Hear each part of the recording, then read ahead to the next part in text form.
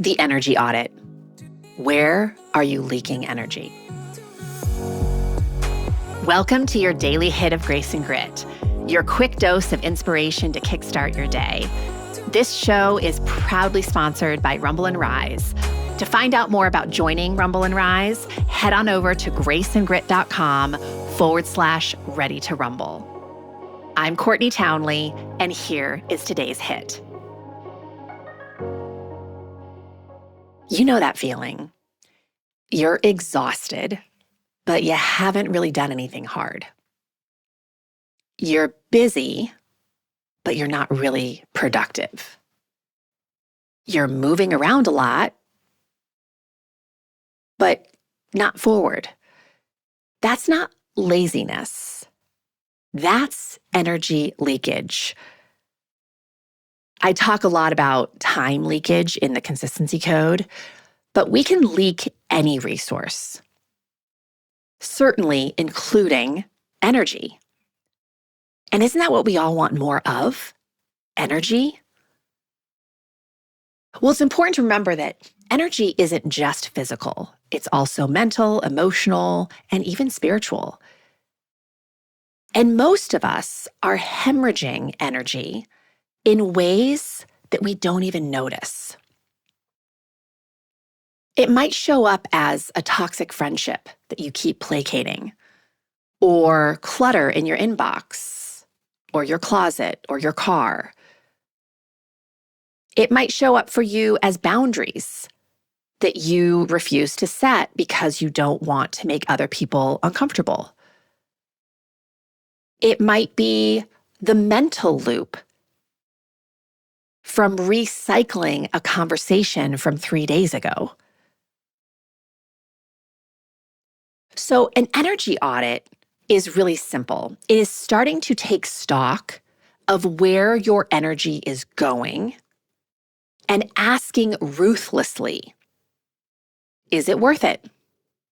Is this where I want to spend my energy? Because the honest truth is energy, of course, is a limited resource. You only get so much each day.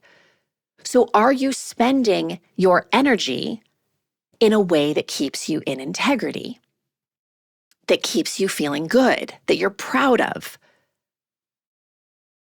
If you can't really answer that question with clarity, which a lot of us can't because we've never done an energy audit, here's the invitation. For 1 week, notice what drains you and what fuels you. Let that be your focus. You can keep some notes about it. Not what should drain you or should fuel you, but what actually does. Write it down. You might be surprised. I'll give you examples from my own life. I've bled energy. I bled energy for a long time in a lot of mundane and very preventable ways. So I'd put my keys down wherever, never in the same place in the house. I'd set my glasses on some random surface, toss my phone on the couch, and then every single day, I would waste precious mental energy and a whole lot of time searching for them. Where are my keys? Have you seen my glasses? Did I leave my phone upstairs?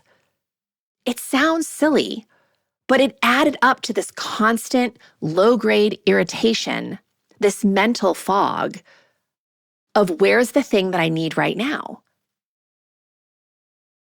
Same with decisions that I refuse to make. I'd leave options open. I'll think about it. I'll circle back to it later.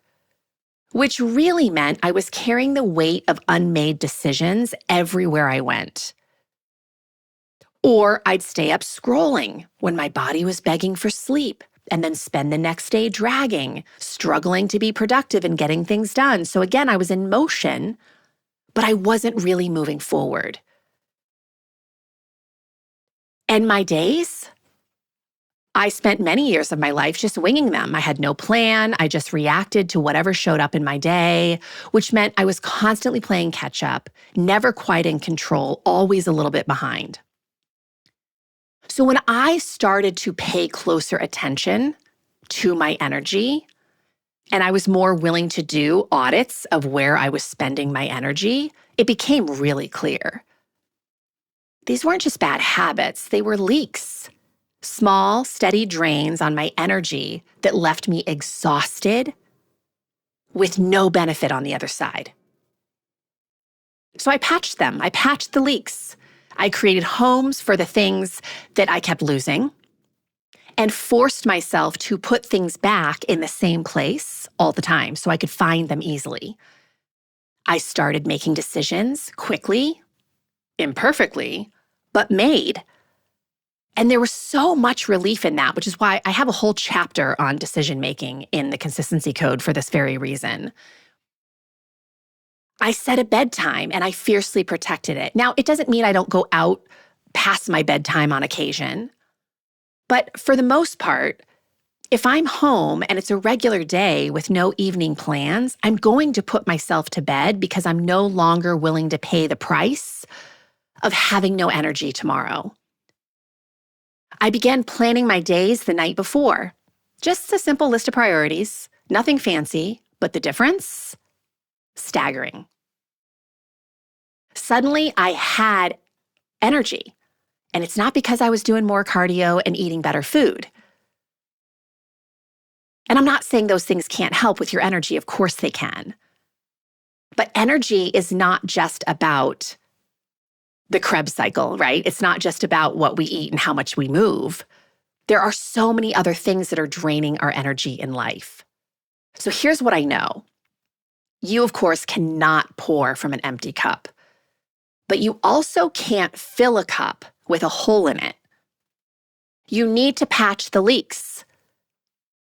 So start doing more of that. Say no to the things that deplete you.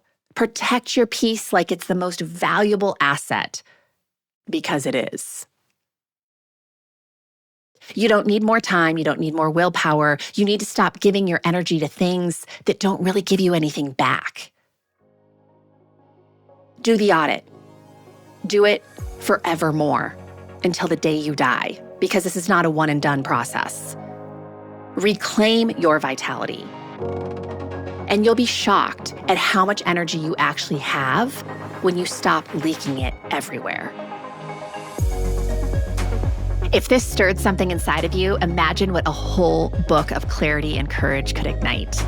The Consistency Code, a Midlife Woman's Guide to Deep Health and Happiness, goes even deeper into the mindset and practices that create real, meaningful change at midlife.